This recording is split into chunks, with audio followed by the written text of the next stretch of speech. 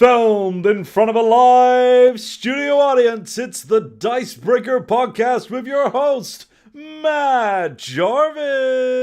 Hello, it's Friday. It's just before a long weekend if you're like us in the UK, because it's May Day. Just coming from a long weekend as well. Yeah, Absolutely it's spoiled. and we get a bonus one this year as well. Thanks, Queen. Thanks. Only thing you've done for us, frankly. Yeah. Big ups to Liz for just existing for a long time. Apparently. It's Friday. It's the Dicebreaker Podcast. I'm Matt Jarvis. I'm here to host with three of the team this week. I am, of course, joined by voiceover man Michael Wheels Whelan. Hello, it's me, voiceover man Michael Wheels Whelan. I'm here to say thank you very much for having me on the podcast. I'm Wheels Whelan, and I'm here to say I like voiceover every day. Love an educational rap. Yeah. It's good to have you here. Of course, also joined by Maddie Cullen. Hello, Maddie. How are you? Hello. Yeah, I'm here. I don't have a fun thing to say. I'm sorry. Oh, that's not true at all. Her name's Maddie Cullen, and she's here to say nothing. Crickets. It's good to have you here. And of course, rounding out the team this week is Alex Meehan. Hello, like that mole patch that keeps coming back. I'm here. The final Alex in the Alex Battle Royale. It's Alex Meehan. I thought you said mole patch, as in like a patch of moles. Oh, I'd love that. I love a good mole. Except for moles are most great. of my face. Yeah. Except for the one that's like the star nose mole. Oh, they're the best. Creepy, yeah. Oh, of course you'd say that. It's a naked mole rat. A mole? Or a rat? It's a mole rat, I guess. It's a mole rat. It's a I feel hybrid. like that's cheating. I'm gonna go mole. It's like a mole and a rat did the conjoined thing. Yeah. And then Is became that how mole they rat. breed? Yeah. You're a mole rat who can do both. Be both mole and rat. Okay. Come on. We're here, as always, to talk about what we've been playing this week, what we've been up to in general. I say this week, but we haven't had a podcast in a couple of weeks. It's been a very busy time. Don't worry. I saw someone in the comments I was worried that you all just got banished into the ether. No. It's because we've not busier yet. than ever. It's We've been a not very quite- busy few weeks. We've not quite upset God enough to be. No. I don't know. I feel like we have. He's just a little bitch. He's not doing anything about it. So The tagline, the original tagline of Dicebreaker was just "Act of God." So you can't claim for Dicebreaker on your insurance policy. Of course, Liv not joining us this week because she is busy working on something very exciting to go up this weekend. which we will be talking about. Yes, so shout out to Liv. Let's dive into it, shall we? With what we've been playing for the last couple of weeks at this point. Should we kick off? Normally we go round one by one, but we played a couple of things together recently. Yeah. We've got the same on the list. Lovely, I feel. I will say. So should we all just dive in? And first of all, let's talk about Dead by Daylight, the board game, because this is in fact, okay, I'm just going to come out and say this is what Liv is currently working on because we recorded it just yesterday, hot off the presses. It should be up this weekend. We played Dead by Daylight, the board game, DBD, TBG, as no one is calling it. TBC. Yeah, exactly. TBD, which recently just finished its Kickstarter, but will be available later this year. So if you missed it, it will come out. But yeah, what did you all think of Dead by Daylight, the board game? Yeah. Sorry. Someone's got to do something. Hang on. Yeah, okay. I've done that as one of the worst spots we've ever had. Thank you. Sorry for anyone watching that live. Oh my God! What is happening? Sick. I love that. Please. I love that we've been invaded by that kind of bot. What? Fantastic. Yeah. Oh my God! What is going on? Me not I'm having so the chat open for a sorry. moment was like, What? That's everyone. Don't worry about it. Just don't look at the chat for a little bit. If you're watching us Please. live, if you're We're not watching us live, trying. thanks very much for tuning into the Dicebreaker Podcast. Yeah. Everything Yeah, is sorry fine. about the bots that are coming at us. Yeah, people watching, listening from home. Oh my God. We currently have a bot situation going on in the chat that we're trying to deal Good. with. Thank you very much indeed for your fantastic support. They keep coming. They're like zombie waves, so apologies for that. Let's just carry on and hope that this stops. Dead by Daylight, the board game. Yeah, Dead by Daylight, the board game. Let's go. So who here has actually played the video game? We yes. played like very slightly.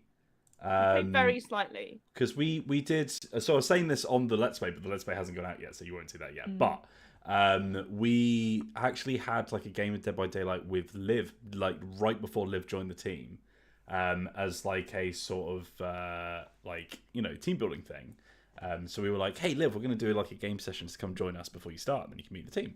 And then Liv, who has played a lot of Dead by Daylight, even though she was playing a character that was like absolutely like not her specialist and all that kind of stuff, she annihilated us, like completely tore us apart. She's really good at this game, yeah. So it made sense for then to Liv to play as the monster. What do you call it? The killer. Yeah, not Jeff, but the killer. The sort of like general kind of gist of the game for anyone who's not played the video game is that you've got. I'm doing this also whilst modding chat at the same time. Yeah. Which, I mean, hats off to Wheels. But the sort of general gist of the video game, if you've not played it, is that there are like 4 versus 1 and like an asymmetric sort of game, kind of hide and seek, but also like you're having to fix generators so that you can escape from the killer. But essentially the sort of gist for the sort of like board game translation of that is you've all got your sort of special character sheets which have like special actions. So Matt was really good at leadership. I was really good at doing things like I think I was good. Yeah, escaping. Sorry, I had like the urban escape artist kind of thing. So I was basically like a parkour lady, which was fun. To the point where like we could sort of like sneak through barricades and all that kind of stuff with my help. Meehan was supposed to be good at healing, but that didn't really come out quite how we wanted it. My character, the thing is, like, I play that character, Claudette, her name is. I play that character in, like, the video game. And she's, like, really good. She has, like, healing is really important in the video game. And, like, healing yourself, like, requires you to have like a first aid kit, and that's like a one-use item. Once you go through it, like that's it, you're done until you find another, or someone else can heal you. Like obviously someone else healing you puts both of you in danger, because it makes more noise, and also you're just sort of standing around doing it. So like Claudette is able to just heal herself without like a first aid kit, and she can just keep doing that, which is like really, really good. That's like one of her perks. So like the board game has that as well, but it costs blood points, and also to do it you need to roll what's called a danger die, which is really awful. And like the most of the sides are like failures, and only like 2 of them like have a success rating on it, and I don't think at any point we actually got any success from that. Like you rolled it was like multiple times, not one success. Yeah, no, genuinely the entire game, right? It never came off. Came off. Could we pause quickly to deal with this mod situation? Can we turn off the chat? I'm adding words to our. We have a pretty like full-on spam filler. Someone is just not letting up, so I think we can edit this, but like someone is not letting up, so if this continues, I vote we just turn off the chat for now. I'm trying to figure out how to do that as well, but that's like fine. Don't worry about it. We did have a super chat, by the way, which I will just quickly say. Pietro P says, "Turn on flow chat, people. Funds for the bot combat front." Yeah, no, we will be working on that. But in the meantime, let's just crack on, because that is what they want us to do, so it's fine. Her character was just really, really not good in the game, and I mean, like, it wasn't even just like the fact that we were going up against the nurse, who is a character who gains blood points whenever you heal. Like, the nurse also has the ability to, like, whenever you, I think all of the killers have the ability, whenever you roll the danger die and like one of the skull things come up, which is like failure, like then they get like a blood point, I think it's on any of the die. Anytime we fail, Yeah, they they get get, which just meant like they could just keep like farming blood points continuously, like, and then they always had a blood point to use. Well, Liv as the nurse always had a blood point to use the ability every single round to force us to use like the danger die whenever we try to do a skill check, which just was the worst thing so ever. you just know it's like an automatic failure, which it was every single time. Every time, like, which okay. would then give Liv a blood point back. would give Liv a blood point. So like it was like a constant state of like feeding like into that. And 5 our blood that Liv could soak up and use to make our lives harder.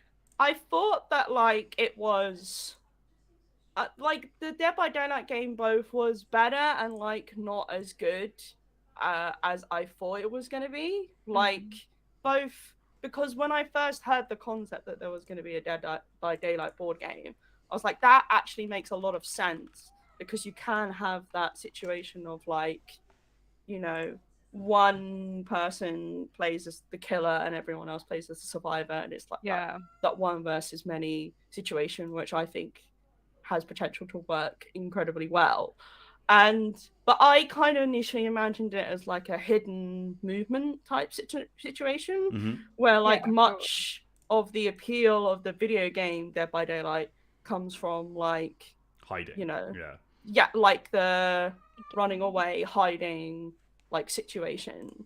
But they kind of do hidden movement like a little bit, where you have to play like a movement card every single turn, and it has to be like a certain type of card connected to the location that you're in, and like you only reveal the card that you played like on your turn, so that the killer doesn't necessarily, the person playing the killer goes after everyone else, so they don't, but they have to play their card at the same time as everyone else, so they don't necessarily know what everyone is like going to do. Like a bit of gamble. They're like, oh, I reckon they want to get far away from me, so they'll probably sprint. So like, I'll try and sprint as well and end up in the same place as them. Hence why Liv was the only one who had a wait card, right? So the wait card allowed her to not move, in fact, because she might think, oh, they're going to come into my space, so I'll let them do that, and then I can act on that, which is kind of cool.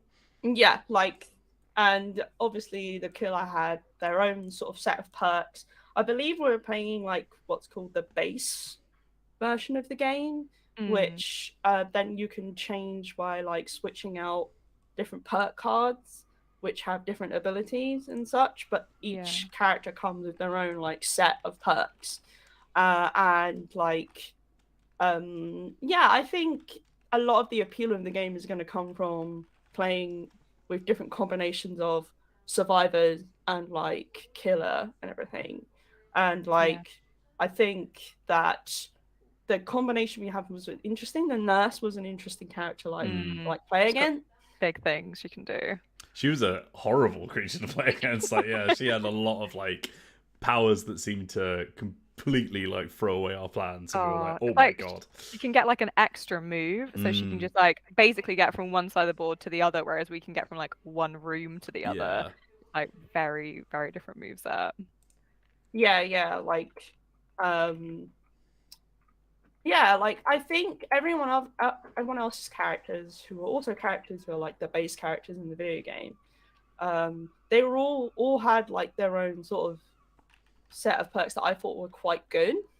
It's just a shame that my character, that danger die, like the fact that I had to roll the danger die every time I wanted to do basically any of my perks, was like the worst thing ever, because it was guaranteed, almost like entirely guaranteed that like the rest of us are guaranteed for them to work. Like I never had to roll for any of my perks, so like whenever I spend, I know I'm going to be able to succeed in doing what I do. Obviously, like maybe not as powerful as healing, but it's frustrating that yours are like, it's such a gamble to do it. And it's cost blood points. So it's like I'm feeding, it's like I'm literally paying a blood point and then giving it to Liv. Because every time it would fail, I would just give her like a blood point. So then she could do, her stuff. But obviously like that, it was still, I think it was still pretty well balanced, because there were like 4 of us versus like Liv. And obviously like the killer's powers are supposed to be the thing that balances out that like number of players versus. So I won't spoil the ending, but we had an interesting thing as well where like we seemed like we were doing really well at the start, and then it got way more even towards the end. So you have to tune in to find out who actually finally won. But like towards the end, what seemed like was going to be a really simple game was like got real hard. I thought we'd won it within like the first few rounds. I was like, Yeah. oh, yeah, we've got like 3 generators or like 2 generators already. Like Liv's barely got anything. We're so good. And then like it just switched, and I was like, oh, like it's hard now. Yeah. I think that reflects the video game like really well, because that is often what happens in games of Dead by Daylight. Like it is the case of, unless you're playing against someone who, here's like an interesting thing about Dead by Daylight is the fact that it's a very poorly balanced video game because depending on what perks you have, you, especially as the killer, like the killer can have some perks that I think are fundamentally just so good that it's disgusting. Like it is like you, there are some perks that I think that you just can't do anything like to overcome. And so I'd be interested to see if the board game is like that, but obviously you're all playing together, so you know which perks are like in play. So if you think, oh, this one is very OP, like let's swap that out, it's a lot more not literally cooperative, but like collaborative in that regard. Like I thought it was pretty balanced in terms of like almost every game of Dead by Daylight goes like you start off and you know the survivors are like, oh yeah, we're finding generators, we're like fixing them and everything, but as the killer is able to actually hook people, things can immediately go very, very badly and very downhill for the survivors, because as soon as like 2 people are out of commission, for example, or like on hooks or like down or something or dead, then like things just drop off massively for the survivors, and it gets like a lot harder for them to win. And that's kind of what happened with board game. Like initially as the survivors we were absolutely like killing it, and then Liv was like, oh no, like things are going bad. But then like as Liv was able to start hooking us, things like really picked up on her side. So I was surprised that it managed to like mirror that, but I don't know, I still felt a bit unsatisfied, to be honest. Like I'm not like a huge Dead by Daylight fan, so I wasn't I wasn't necessarily like, oh, this is gonna be amazing or anything. I was just kind of like, well, let's give it a go. So it was like and I felt like there were like it was almost like too simple, but at the same time quite complex. You know what I mean? Like it was. It feels like it will come down to those perks, right? It's Yeah. Like the gameplay itself is you move around, you do the thing on the board, and I think the make or break will be those perks. And like there's clearly a lot in there because there's like 30 odd characters and survivors and killers and all of that. I think it goes up to the all kill DLC. I don't know Dead by Daylight super well, but it's like that's a lot of characters. Yeah. And there was a whole stack of perk cards, and I think like me and where you were getting frustrated with like. You just seemed such a bad matchup against the nurse. I wasn't even that though, because like all the killers had that thing where they get a blood point every time. For the die, but the healing was specific to the nurse, right? So even if you succeeded, it would still be not great. That wasn't even the worst part of the character. The worst part of the character was fundamentally the fact that I had to use the danger die. Like which the odds are of success. The odds succeed on any of your perks. The odds. I would rather they'd made the perks less powerful, or given me one really good perk and not like the other one. Or even just like, you know, one that's more expensive to use. Like it costs free blood points for me to heal myself. Like or like the danger die just left it, like made it just, you know, like it just would never succeed. And I just ended up stopped bothering because it failed every single time I did it, and it just kept feeding Liv blood Which points. is a shame, because obviously perks are like the whole reason you picked a specific character. Mean something. And all her perks were, I think 2 of her perks were really good, but they required the danger die, which rendered them useless. And the other one was I give blood points to people in my vicinity, or I can take them, which is kind of cool. And I used it once, but still, it felt like the character was basically useless, which, yeah, it's kind of annoying because it's like, again, it makes you feel like even less like powerful when you're going up against this character who is like such a threat. But it's funny, like, I think obviously we had a prototype, so the board is going to look a bit different. Well, they might change some of the perks around as well.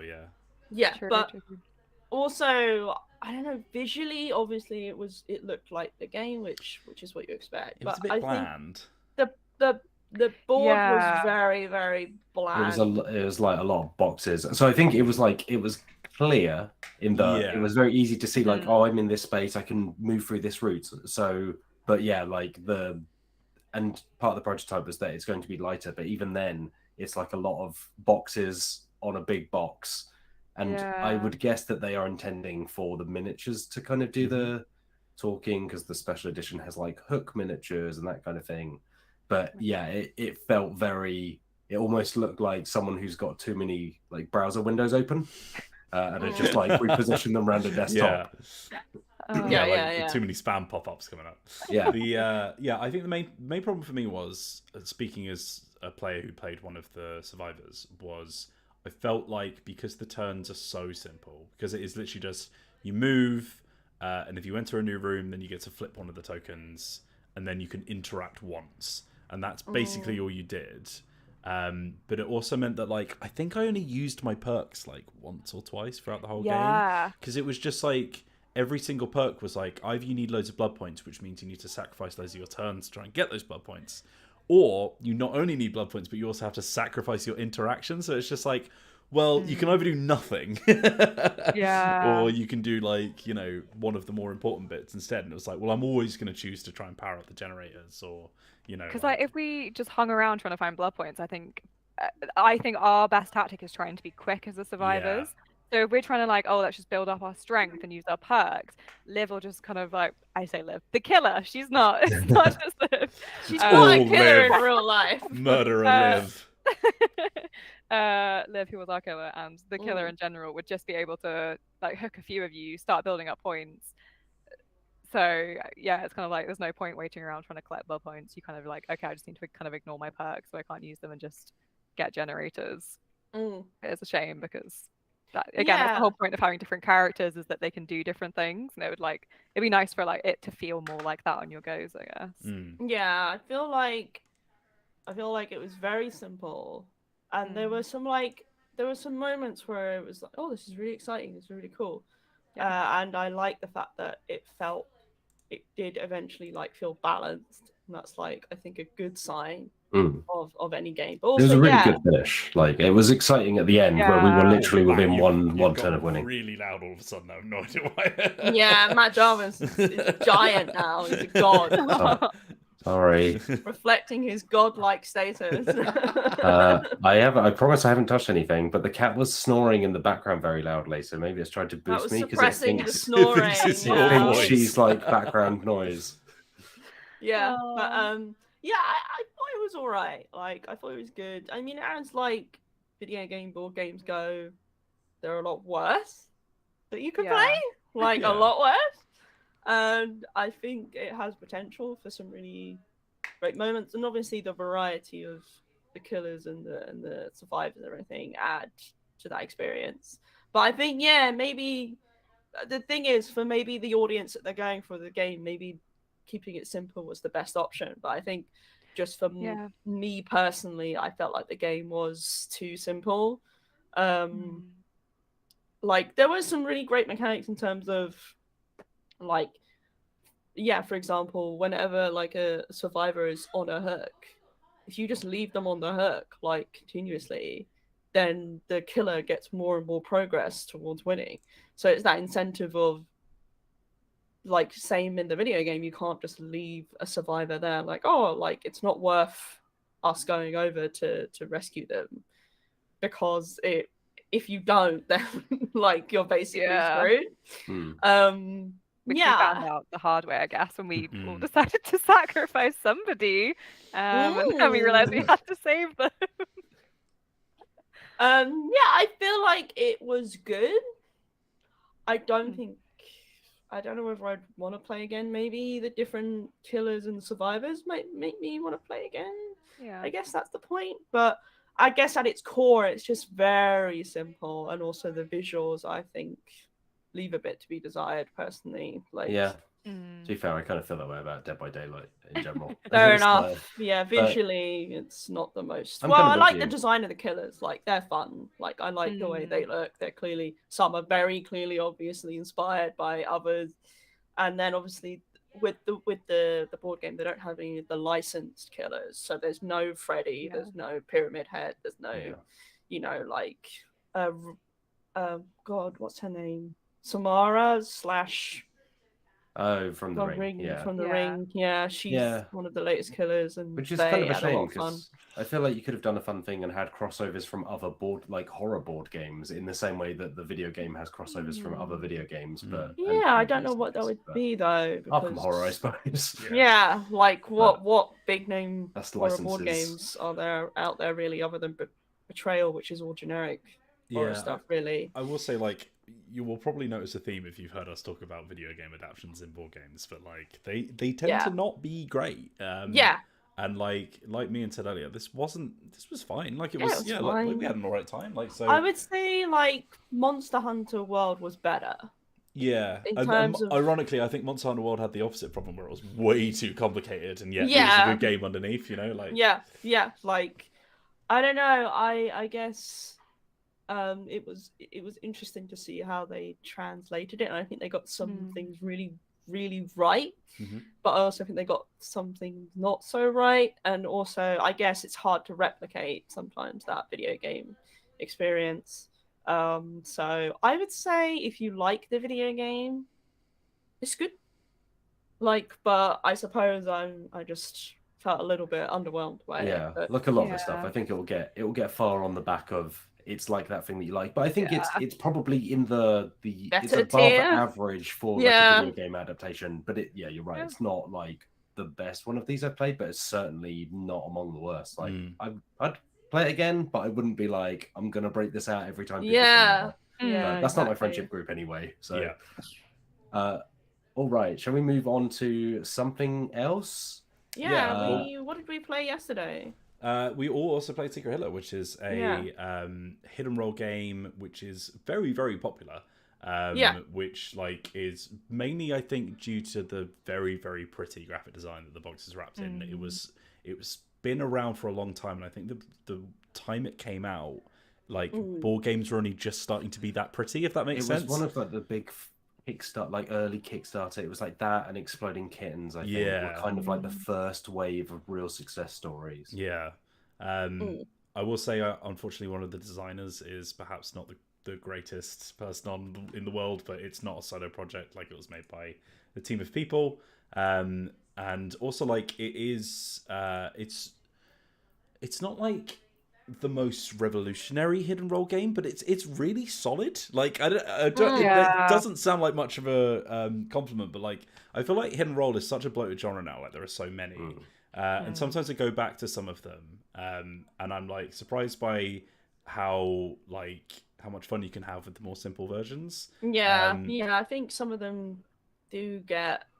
It's kind of like my mixed relationship with the Resistance Avalon, because the Resistance is great and kind of similar to Secret Hitler in its sort of structure, but the Resistance Avalon kind of adds secret powers and things to the game, and sometimes I'm like, is this better or worse? I don't know. It's like the versions of Werewolf, right, where you can be one of like 40 different roles. And it's not an interesting way of varying it up, but at some point it's like, I can't remember what particular combination of powers around the table with like 10 people. So it becomes almost like a game of trying to remember who goes when and who can see what. And I think that's kind of different, because I think Werewolf is too simple, personally. Like bog standard Werewolf, bog standard Werewolf, because it is. Well, it's basically a schoolyard game, wasn't it? that was based on. It's literally just like a thing that people were playing. Like it's like a folk game, right? Yeah. Whereas like when you add the powers into it, it kind of spices it up enough for it to be interesting. I mean, like I'm one of those people who, and Liv disagrees with this, prefers Ultimate One Night Werewolf to Werewolf because I find games of werewolf drag on for so long and they're very dull eventually. And of course, when you've been eliminated, you just sit out and you're like, well, this is the rest of the game for me. Yeah, player elimination is one of those things that in modern social deduction games, a lot of them find a way of avoiding that. And there is an element of it here because you can assassinate someone, but actually it comes quite late in the game. Yeah. It never happens right at the start. Like it's also sort of last resort kind of thing. Just to clarify something, and I don't think we have to clarify this, but I think we have to because these days it seems like you have to. But Secret Hitler is a game that is satirical about Hitler's rise to power. Yeah. It is not. I don't know why I have to stress this enough to some people, but it is not a game that celebrates Hitler or Nazis. It is a game about how democracy can, if you're not careful, how democracy can slip into fascism. And the mechanics and the artwork very clearly indicates that this is what it's about. I know we shouldn't have to say that, but we do. And also, I think, Matt, you mentioned as well, like if you're not comfortable with that theme. Which is fine. Yeah, there is a like a Star Wars alternative, is it? Yeah, Secret Palpatine, I think. Is it? And I think there are quite a number of others because you can go and download the print and play for free. So I think it's a Creative Commons, the mechanics. So people have made various things, which is fair enough. Like, because I think a lot of these social deduction games are fun when they are, Battlestar Galactica theme or Star Wars theme, and that's how they kind of get around having essentially that werewolf skeleton underneath somewhere. It's like, oh, this time we're spies, this time we're totally like Cylons or. Totally understand people being uncomfortable with that. If you're not comfortable with it, there are other versions of the same structure and the same gameplay that you can play. But I feel like one has to clarify that. And also just if people didn't know what it is, it's just nice to clarify and be like, so if you are interested, you can be interested. Don't worry. Fine. I think it is simple. But I still think it worked. Like we had fun. Like I don't think it's a game that I could play for a very long period of time. I mean, we played it for 2 hours. I know we did play it for 2 hours though. I guess it's one of those ones that like I do feel like it's much better with more people, but that's always the case with social deduction games, right? Like we had 5 people and it worked fine, but I do think with more people, especially Secret Hitler, because it means you get to unlock some of the other roles that kind of do some interesting things, and it just means that, for example, when you're sat right next to your conspirator, you don't, and then the game starts with the other side of the table, you're not completely ruined. Yeah, that was a struggle. Let's go around the table quickly. What is your favorite social deduction game then, each person? Because I feel like it is a super popular genre, and people often have played Werewolf but haven't gone beyond that. But there are so many good social deduction games. I haven't really played. I will say, Mr. Jarvis, that we have a list on the YouTube channel. You can go and watch this dedicated list, but we have one on the website as well. I think the one that I played the most is probably Bang the Dice game. Which is a fun root and toot and shoot and cowboy game.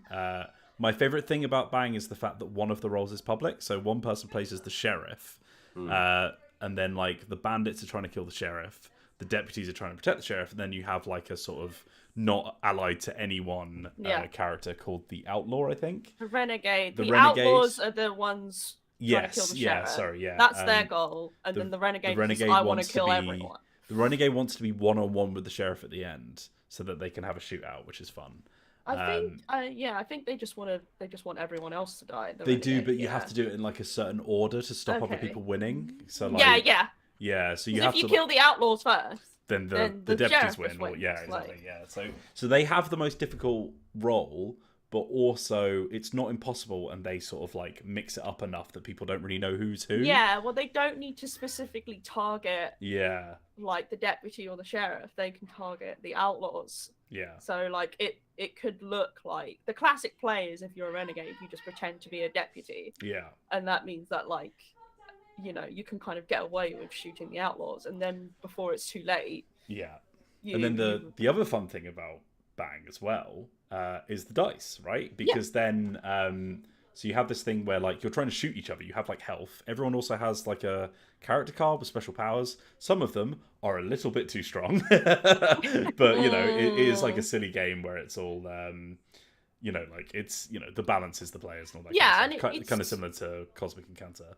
It's so fast. Like games of Bang the Dice game are really quick. That even though there is a player elimination element of it, it only lasts about like what, max 10 minutes. Yeah. Like max 10 minutes. Like which means that kind of negates, it's like Love Letter, it negates the player elimination aspect, because then it's like, oh, it's not too bad. Like you're not going to have to wait that long until you're back in the game again. Like I think we've both said how Bang is so inferior to Bang the Dice game. Oh, like to the point where I would literally never play it. Like, no, I've never played I would Bang. only ever play the dice game. Yeah, because it Bang literally is replaced such it. a bog standard. It's a very boring, I think, social deduction game. It does come with a big bullet, which is fun. It does come with a big bullet, but Bang the Dice game, the dice just adds that element, I think, that it needed to be. And like you can blow yourself up, like it's got the whole like push your luck thing. There's a lot, like it seems really silly and stupid, but there's a lot going on and it makes it really interesting without it being too complex. But my favorite one of all time, I think, is Murder in Hong Kong. That's an excellent that was point. Deception, Murder in Hong Kong. Deception's fantastic. Matt, if that's your pick, I'll let you decide. Describe it, sorry. It's very good. So basically, Deception Murder in Hong Kong. Someone did a murder. You were trying to find that murderer. In Hong Kong. Yes, it is in Hong Kong. And so the murderer is hidden. Depending on how many people you play with, they can have an accomplice, and the team of other players who are trying to find them, who are detectives and so on, they can have. I think there's like a forensic investigator, maybe. Essentially, roles a little bit like in Avalon, where someone has some kind of extra knowledge, but you don't want them to be given away. I think there's a witness in there as well. So it's as you expand the numbers, you get more complicated. Yeah, but if they make themselves too obvious, they can then get taken out and the murderer's in. But the really fun thing about Deception is someone communicates the details of the crime using a series of cards that indicate like weapon and so on. And the items are just kind of the most mundane things a lot of the time, but the combination of them and use of them in this murder then becomes this very kind of surreal thing where you're discussing whether someone was potentially murdered with like a flower pot or like a teddy bear or something. So one person silently indicates elements by putting bullets on a board. And then you roll onwards. It's been a while since I played. I think there are like multiple rounds, and you get chances to try and guess each time. Like you always have different set of questions, so you always know like I think 3 pieces of information. You know what type of murder it was. Like was it like, you know, like aggressive, or you know, how was the body found or whatever. Then you always know like I think maybe the motive or something like that, where it's like, you know, it was a current passion or whatever, and you know the location. It's something like that. Like there's a few that are always there, but then you get supplementary questions that might be like, what was the relationship between the murderer and the victim, or you know, like all that kind of stuff. And then the person who is the murderer, as well as everyone else around the table, has 2 rows of cards, 4 murder weapons and 4 like key pieces of evidence, and they select one of each and show it to the forensic scientist, who is like basically, it's what's also really great is the GM gets to play, which is not something that Werewolf does. So then the forensic scientist is trying to explain to all of the good guys via these questions what happened based on that evidence and weapon.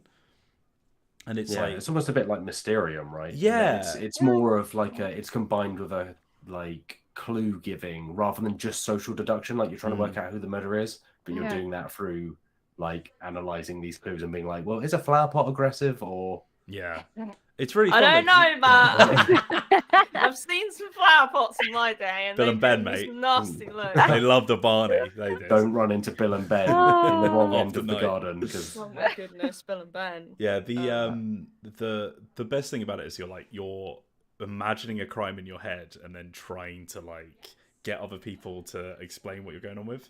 So it's and you know, you might get a question where it's like, oh, it happened outside, right?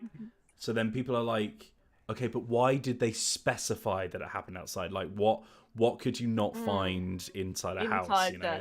Yeah, like I had one where it was like, you know, the key piece of evidence was like one of those mosquito incense burn things, and they were like, wait, you would have, so I said like on a balcony or something like that, and they were like, oh, you would only ever have this on a balcony, so that puts you know, this person in or whatever. It's really, really cool. And sometimes you'll be this like, is getting me excited. We should play it on the no, channel. we should. Yeah, We should I know. It's so absolutely. good. Yeah. It's very good fun. It's really great because sometimes you'll be like, well, your murder weapon makes the most sense, but I have no idea what the hell, like, you know, your blue cards have to do with it. Whereas you're the other way around, like, your blue cards make perfect sense, but what the hell would be your murder weapon, all that kind of stuff. It's a great game. It's a fantastic game. It's really good. Maddie, have you got a particular pick? No, I really haven't played many.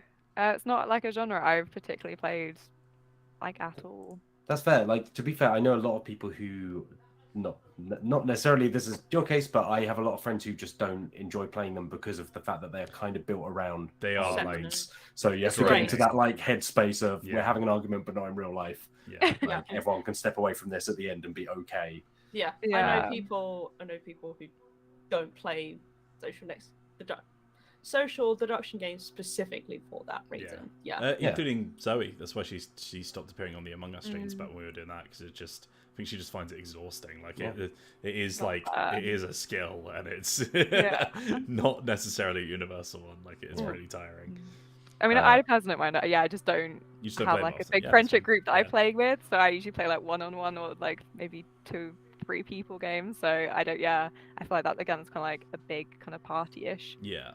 So just haven't had the chance. Fair play.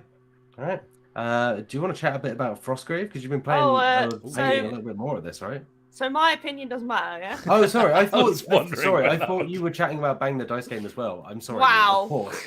Please. What's your favorite social deduction game? Can't believe this. I'm very sorry. It was because you were chatting about Bang the Dice game. So I thought that was yours.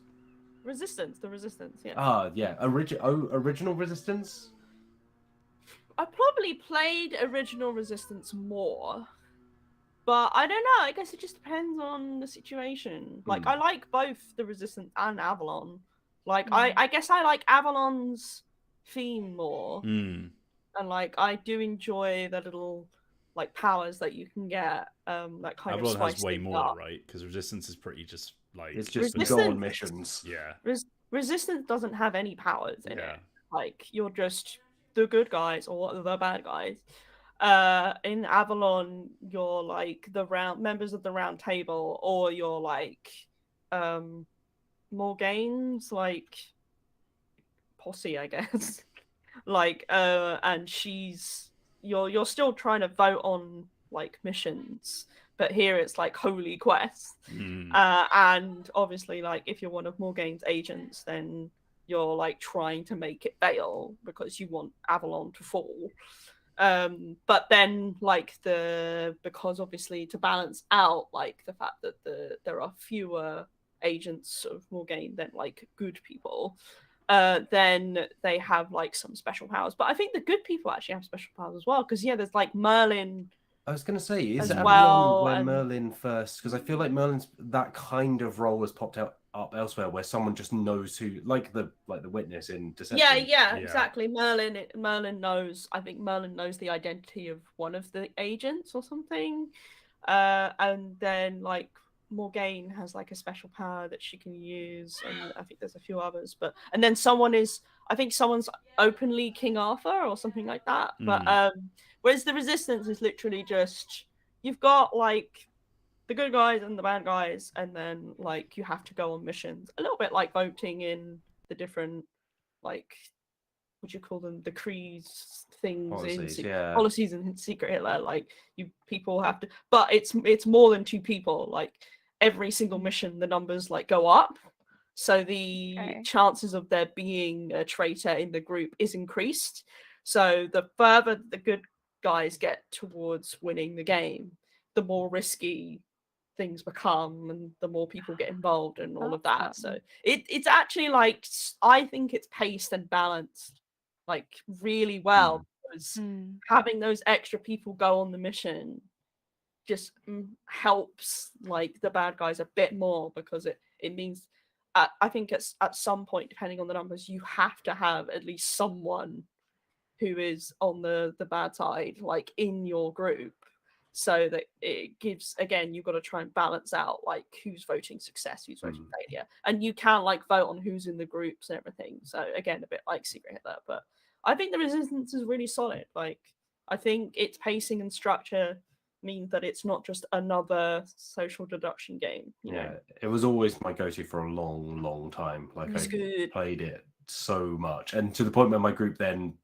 like started to be like, we can't play any more of this because we're like, everyone got too good at lying to each other, and it started to get like really nefarious, and it was like started to go beyond the game of like trying to like pull more and more kind of over the top things to convince people or turn them against you. And right. Frostgrave is a fantastic miniatures game. So good. And we have, by the way, 2 videos up on the channel now about it. My goodness. We have not only a battle report of me versus Maddie versus Liv, but we also have a Why You Should Play video that I wrote up as well. Because it's fantastic and it has completely taken over my life. So Meehan is now being drafted into the Frostgrave League. Welcome. I've been lured. I've been lured. And you've been building some minis. Yeah, I am. We have a little club. We've got a little, because we have a work Slack. Slack being the, like the instant messaging client that you use for work. But we have like a little channel called like Frostgrave Club. yeah. And we talk about Frostgrave stuff in there. And I've been, as Will said, drafted in. And I've built my own little band, my little group. So yesterday we came up with my wizard and my apprentice and my little war band.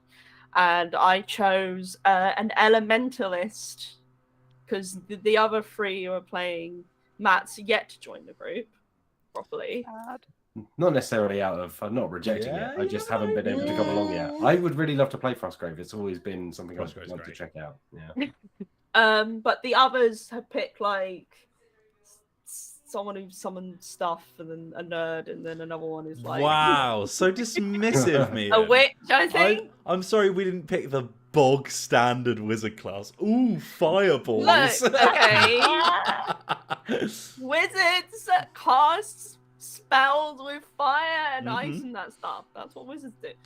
So I picked the proper wizard, i.e. the elementalist. And so most of my spells revolve around like casting like fire, or like a big wall of like ice or something. And I picked some other spells from the other groups of sorcery schools, and built up my spell list.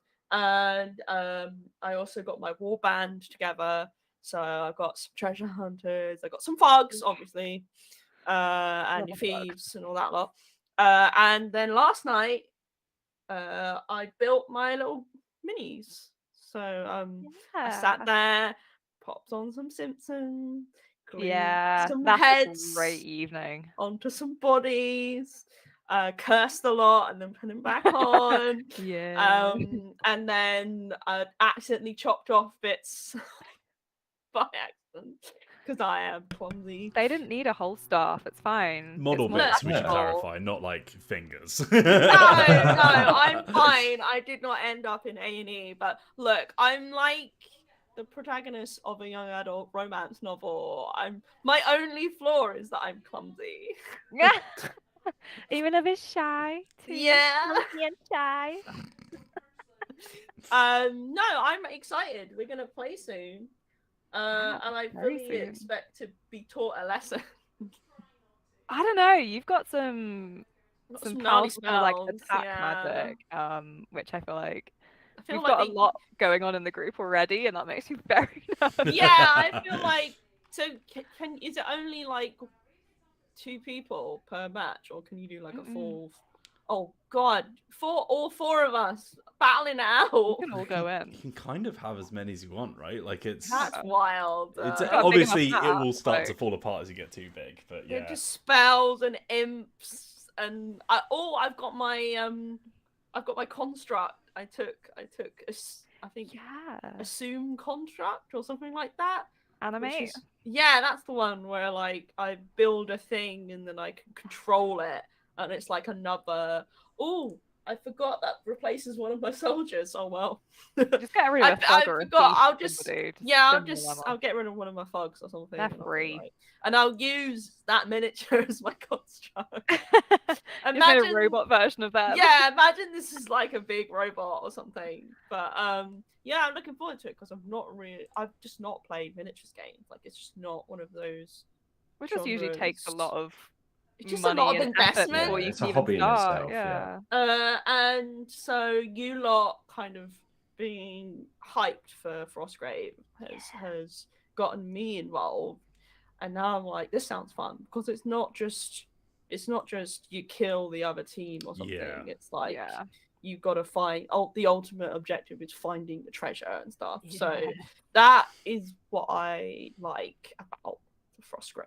And also it's like wizards and stuff. Yeah, no, wizards are fantastic already. Magic. But it's also like way more approachable than a lot of the like big like obviously Warhammer being the one that most people know and play, but like Warhammer takes so much investment, right? Because you need ridiculous amounts of minis, which cost loads of money. You need like all the source books and the like codexes and all that kind of crap, and like it's very intense. Whereas like Frostgrave and a lot of the games that come out of Osprey as well, actually, have this philosophy of like, you can play this with anything. Like, as long as you got the book, you got the rules, you can just download a PDF if you want.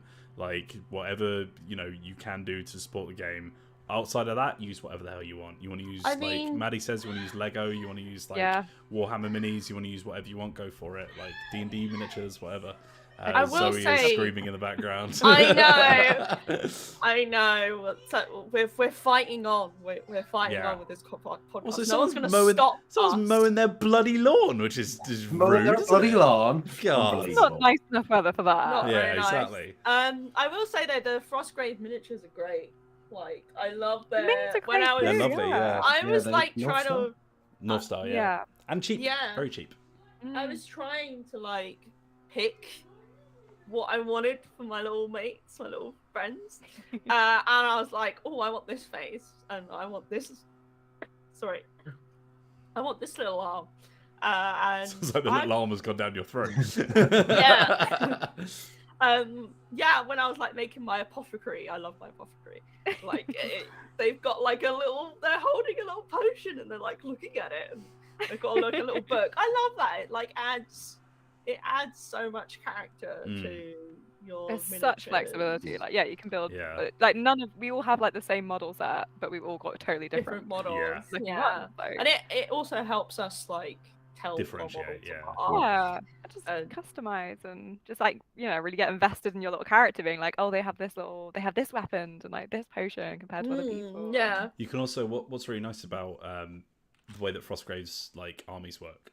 You kind of replace your models all the time. So like if you've got like a dedicated group that you're playing with, even if it's just like you and a friend, you could just build lots of generic models that are of the classes, and then like you can just sort of pick and choose because they're mercenaries, right? So they don't necessarily have to be like holding your heraldry and all that kind of stuff. Like they're not super complicated, and because you build them yourself, you're not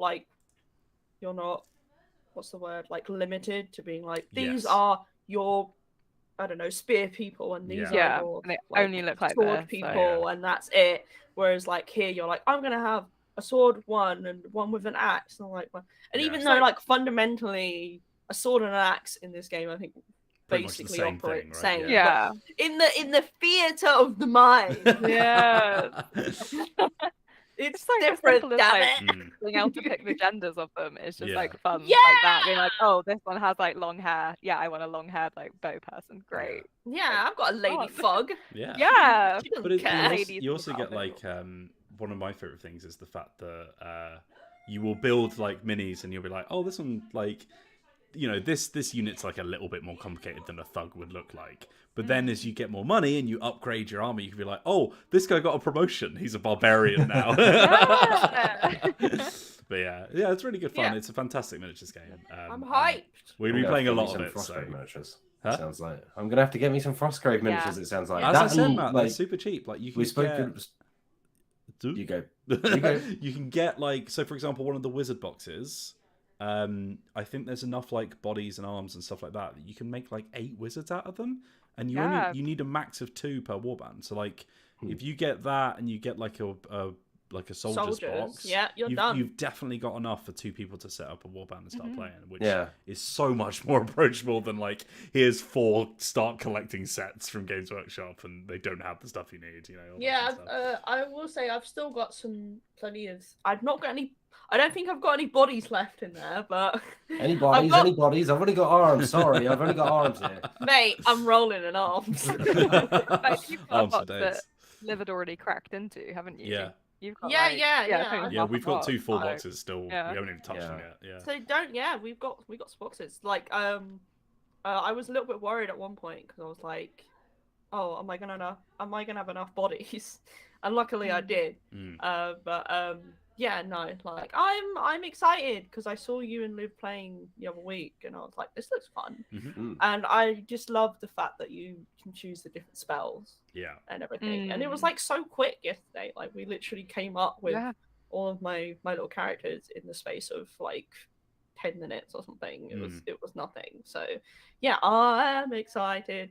Gonna cast some spells and stuff. It's gonna be awesome. Expect more Frostgrave soon, probably. Yes. Yeah. Yeah. Also, we at some somehow point, I spin want to this play out, Gaslands. we will. Yes. So- No, we really want to play Gaslands as well, like Matt says. Yeah. Which is fantastic. I suppose you don't know is it's like car combat, Mad Max miniatures Max. game, but you play it with Hot Wheels basically. Or Everything I want. Excellent. other tiny cars are available, but Mm. probably Hot Wheels. It's the same thing that Oh, gets me Barbie excited car. about weird indie RPGs, where it's like, for this one you play with a Rubik's cube. Yeah, I'm like, or a hell Hot yeah, I want to play Wheels. with a Rubik's cube. Let's do it. Could I play it with this little whale thing I got out of a Kinder egg? That I mean, You yeah, could use that as yeah. a model for Yeah. a this monster. is the honestly, whale man. people Whale create truck. incredible Yeah, I love like custom miniatures. Like I've Mm. seen pictures from Gasland tournaments, and they're basically modding these tiny cars, you know, and attaching other bits to them, and then because kind of like Frostgrave and as you said, Wills, like a lot of the Osprey stuff, you have the book of rules, but kind of what you want to use Yeah. as the miniatures is pretty much up to you as long as they're roughly the right scale and so Yeah. on. Yeah. So Yeah, we literally like I went into Poundland and there's loads of little like knockoff Hot Wheels just sat on the Yeah. shelf that I got like before the pandemic. Like they've just been sat there so long. We've got the book, we've got everything we need, we Yeah. just need to play it. let's Get- make it get happen. hyped. I'm excited. All right.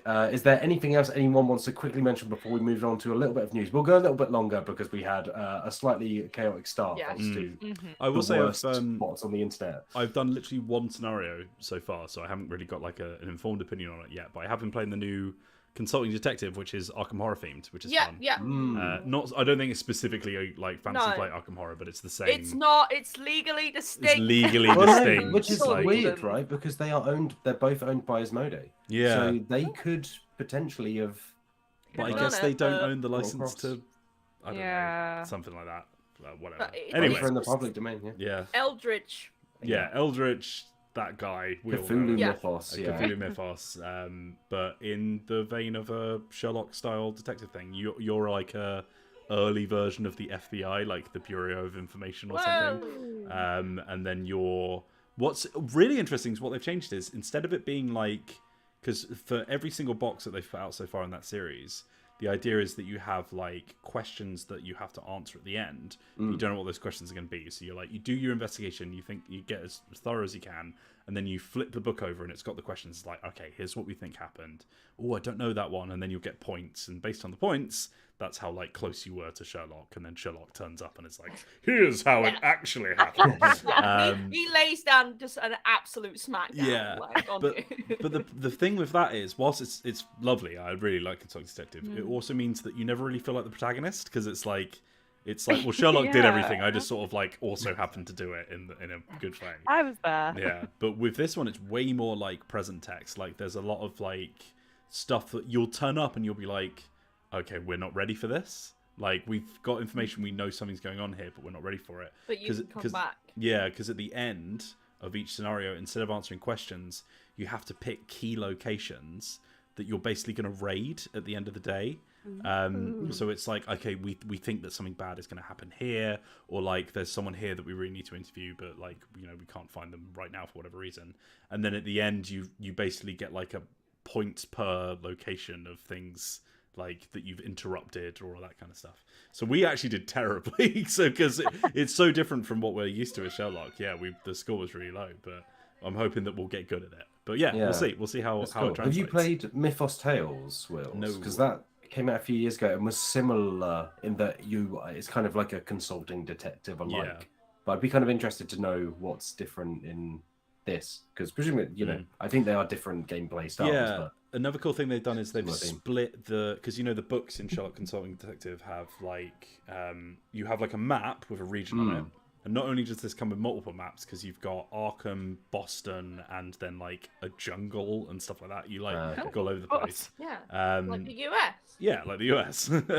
But also you have this thing where like each location is actually 2 entries, because you can either investigate or interrogate. Oh, that's cool. So like you have to decide, are we going there like secretly to stake the place out, or are we going there like, you know, knocking on the front door and trying to talk to people, like so. And each one will cost you leads, so it's like, yeah, it's really interesting. But yeah, it's cool. Any more before we move on? I've been playing Resident Evil 2 Remake. That's about it. All right. And I'm not very good, and I keep making mistakes. It's hard. And then I keep thinking my Leon is like a little birthday boy, and he can sneak around the zombies, and I always underestimate like how far that they can reach. So I keep thinking I can do like a little dodge around the zombie and like run away, and then the zombie grabs me. I'm like, what did I expect was gonna happen? They really wonder you. They never skip leg day. Like, and I don't know, sometimes it works, and like trying to conserve ammo is really, really important in that game. Although I keep using healing items a lot more now because I keep trying to conserve ammo and therefore get bitten. But I do like doing a little dozy-do around.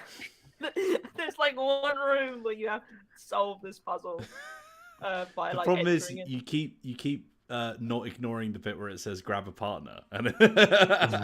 Yeah. Well, you have to like enter in the right combination to these padlocks in this one room to like unlock the thing and get what you're after. And like at that point I had about 3 zombies in the room with me, and there was another one in a side room as well, and they were it was chaos. They were absolutely just making so much noise and going around. And so I had to eventually get them to like a dozy-do around, because it was like, it's these desks and you have to like look at the names of the people on the desk and like enter in the right combination based on that. So I had to keep, because I kept forgetting what the names were, I had to keep stopping with the padlock, doing the dozy-do around again while leading them round, and then like checking to see if I'd done it properly again. I've done about 10 minutes in that room trying to do that. But it's really good, although I think I'm a bit stuck because I'm kind of in a situation where like I've explored that area, I've gone there, that I'm not going back there again for a while because it's bad. It's a bad Maddie. It's full of them. I believe it. They kept coming through the windows. I was like, at one point, I was just yelling, "Stop!" while running away. They're coming out of the goddamn walls. They're coming out of everywhere, mate. But I think I might record a little video of me playing it. Yeah. Let us know in the comments below if you would like to see, as a Dicebreaker Plus member, a little Alex, me, and Resi Let's Play. Would I you want like to see. to watch me control Leon, little birthday boy, running away?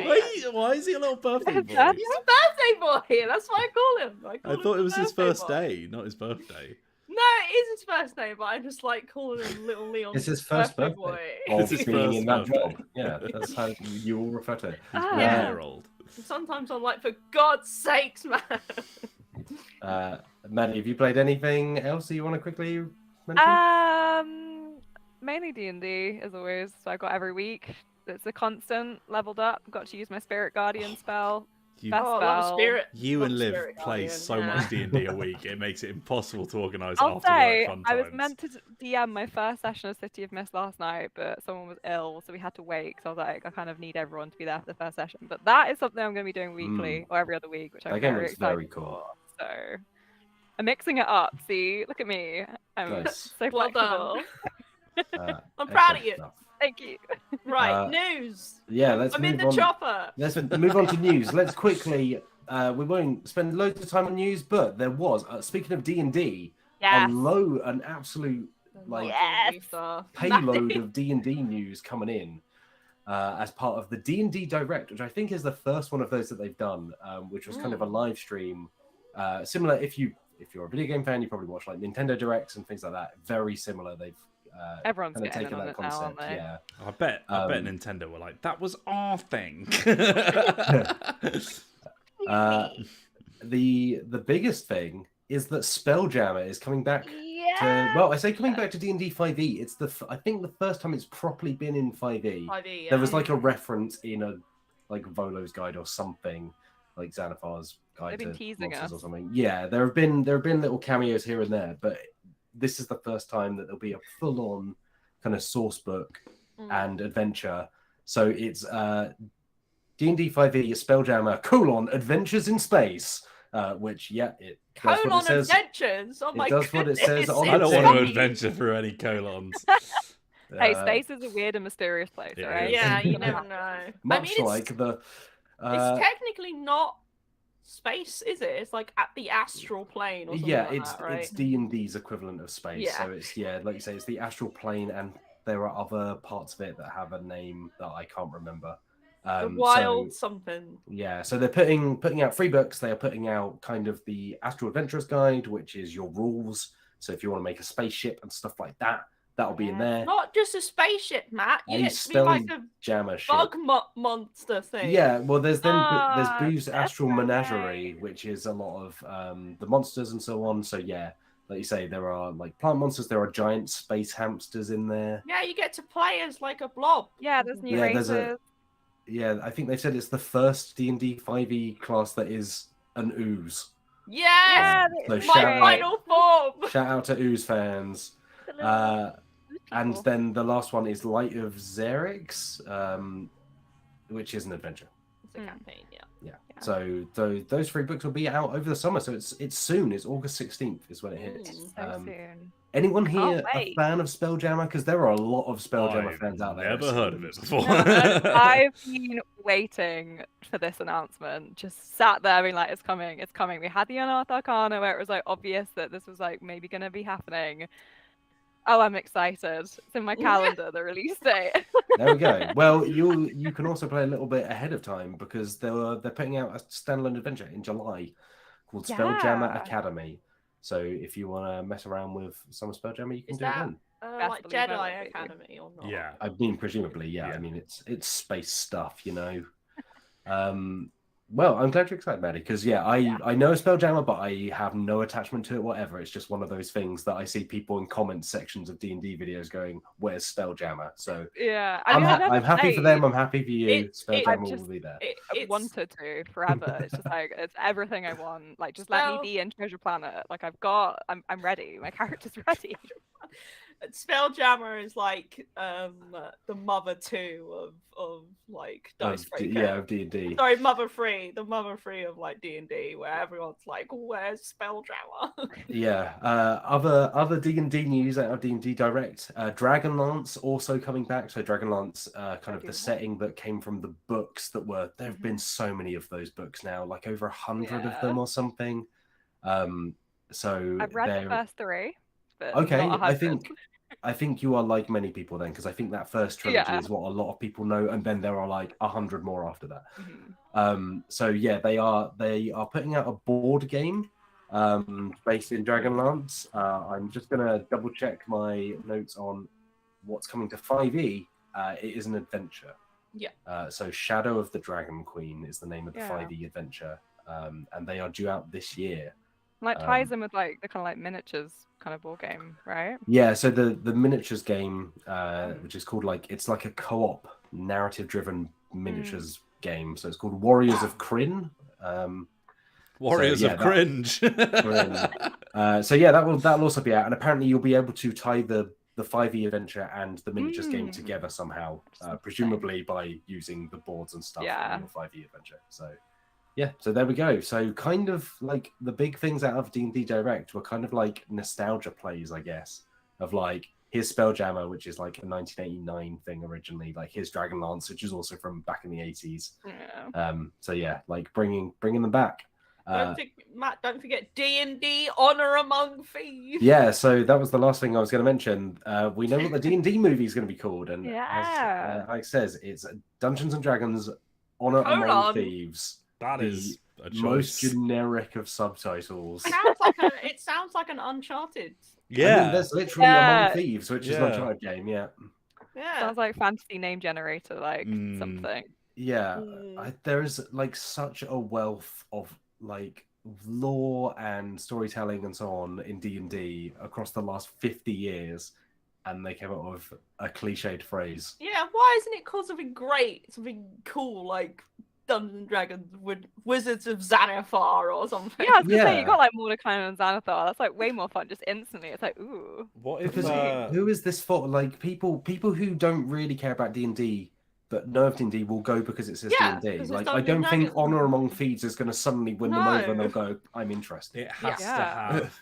So there's a boring reason for this. It has to have a subtitle. Yeah. So that when they make a sequel, they don't have to put a number 2 on it, because that instantly drops sales of anything. No, it has to have subtitles because there's already a film called Dungeons and Dragons. Also, you know, that you can have a subtitle films. that's more interesting than Honor Among Thieves. Well, here's what I think has happened, Matt. I think maybe everyone's misheard them, and it's actually Honor Among Thebes because it's set in Greece. Right. Oh wow! Like Mythos, like the mythic Odysseys of Pharos. It's set in that world. That's what's actually happening. Yeah, it's also a Magic the Gathering movie. Yeah, it's awesome. No, they're making that's a television show, Matt. That they're making the Magic the Gathering television show, because everything, as we'll talk about soon, everything is being made into a television show or a film. Yeah. And everything should be. Maddie, everything should be. Are we excited about the D&D movie? No. He's got to keep running it. He was good in Paddington 2. I must admit, there are two things that I'm excited about potentially with the D&D film. Number one of those is called Hugh Grant. Number 2, one of those is Reggie Jean Page. Everyone else. Bridgerton, right? Yes. The Duke. Please call him his I've not seen Bridgerton, so I have no context. He left the show because apparently to go and do D&D, you know. Yeah, they were also messing him about, I think. But he was like, I'm done with this. I'm gonna go and be in the Dungeons and Dragons film. Yeah. I'm gonna go and be a smoke show. I'm gonna be a complete smoke show in the Dungeons and Dragons film. Thank you very much. I will go and cash this check. Thank you. And the second season of Bridgerton is very funny because he's still technically in the world of Bridgerton, let's call it. But he's not there on the screen. They don't even really mention him. They do like a body double where it's just like over his shoulder. No, not even that.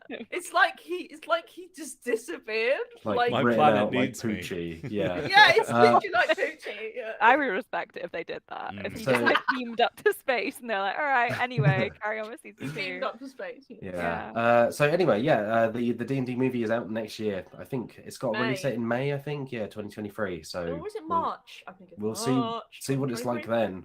But yeah, really odd choice for a subtitle, I think. But hey, you know, I'm sure it will make plenty of money. Matt, you've written down here Dark Souls RPG Fiasco as like a sort of Oh, is it doing a crossover with Fiasco? Yeah, well, no, legit. I read that and I was like, oh, now that's a more interesting system for D&D for Dark Yeah, Souls. so also kind of on a D&D trend, they put out that Dark Souls role-playing game, and the book was kind of a mess, according to folks who were able to get their hands on it. So it's not out in the US yet, it's out next month, but here in the UK, it's been out since last month. And yeah, that book came out and it was kind of riddled with typos, like people were pointing out where spells referred to the wrong spells. So for instance, there was a sorcery that had the text for a pyromancy, and then there were very odd rules inconsistencies with things like a rule where if you hit 0 health, you die instantly. But then also there's an item where if you're on 0 health, you can be stabilized using the healer's kit. So people were kind of pointing out, well, how can you do that if you die instantly when you hit 0 health? That's like So regular. there were a lot of curious things. It seemed like people just generally weren't overly happy, like people who received it early, both the normal edition and the collector's edition, because the PDF isn't out yet. And so following this, Steamforged, which makes Dark Souls the role-playing game, they've announced that they're going to replace the book for those who already have it, and they are going to make those corrections to the PDF copy as well. They've kind of acknowledged up front that, like, hey, like, yes, there are mistakes in this. They did say initially, we don't think it impacts gameplay. Well, you say that, but people, to be, upfront, people who are playing it, there have been people saying, this is still a fun take on D&D, like, this is still a solid system for doing the Dark Souls thing. Look, the problem is that there are just, like, typos, inconsistencies, and just, like, straight-up mistakes in the rulebook that then make it very kind of difficult to pass how you do that system. We have had enough. Look, in the video game people industry, have had enough. We've had enough. In the video game industry, people have had enough of games being released too early, and then the publishers being like, "Oh, don't worry, we'll fix them later." And I'm like, "Why didn't you fix it first and then release it? You greedy little bugs!" And like here, it's I don't know. It's even worse because you've got a physical. Yeah, once it's in print, it's in print. Yeah, it's amazing that I imagine it was allowed to happen, really. Unfortunately, this is becoming a trend for Steamforged stuff, that it's becoming a rushed tie-in, I think, in my personal opinion. Matt Jarvis is someone who used to work in the magazine industry. You, of all people, know that you need to properly proofread your stuff before it goes to print. I would say that, like, obviously mistakes happen, like books come out with typos and so on, but something to this degree is the scale quite, is the issue, egregious. Like, I do really feel for the designers and the other folks who worked on this project, because, like, there are people who care about this stuff and want to put it out into the world in the best form it can be. And sometimes, like, you run out of time and you can't do as good a job as you'd like, but that's different to people paying money for a book that then has, like, major inconsistencies, not like a few typos. I know more than anyone that it's very easy to make mistakes in your writing. Look, it happens. Okay, Yeah. I've been at the end of a very long and sharp stick in that regard, but like, that's why editors exist. That's what Matt Jarvis does. He looks at my work and he's like me, and just check for this, and I'm like, oh, damn it. But like, what was there not anyone there to do that? Like, or did they just, were they just rushing it so much? I suspect that this was a case of Elden Ring was out. They had a release date to hit. Whether that came from the license holder, whether that came from internally, I once wrote for a book that was released, and here's an insight into the publishing industry. Typically, if you write for something, they don't send you a copy for free. You need to buy that. So I bought myself a copy of this book and received it. And then I noticed that all of the image captions were still placeholder text. So like in InDesign, Adobe InDesign, where you typically do a lot of layout stuff, you can just fill things with Latin. Lorem ipsum. Lorem ipsum, yeah. And then you replace it later on, except here in a book that they were charging 20 quid for. That didn't happen. And there were like layout problems and so on. So, I've seen it happen before, and it was gutting then because that was something I'd written for. But yeah, it's a real shame because, again, regardless of how you feel about the fact it uses D&D, regardless of how you feel about like Dark Souls or the system, you just want people to be able to get kind of the game that they expect in the form that they expect, and for people's work to be represented properly. So I'm glad they're making good by it. It sounds like, they've Steamforged have thrown up their hands and said, we'll replace that stuff, we'll fix it. but the fact that it managed to go out in this state and then they had to backtrack on it is is a shame. That's, as Sonic would say, that's no good. That's no good. What is good? Moving on quickly, very quickly. There's a new Twilight Imperium game. Oh my goodness! Except it's not. It kind of is and kind of isn't. It's a new roll and write set in the world. Why? Oh, what? Why? Which is a bizarre. Twilight Imperium, the massive space game. For those who don't know, it's released 4 editions since 1994 or something, since the mid 90s. Yeah. It's a series that like turns around very slowly. There was an RPG a long time ago that did not go down well. There was a remake of the Dune board game set in Twilight Imperium world, which people seem to like. And now there is a roll and write coming, which is a very odd choice, I will say, for Twilight Imperium. Yeah. But cool, I guess. I like Twilight Imperium. I'll play more of Twilight Imperium. Having covered this, I watched the announcement. It's very weird because they're releasing like new factions for like Twilight Imperium, the game that people play, as far as I know.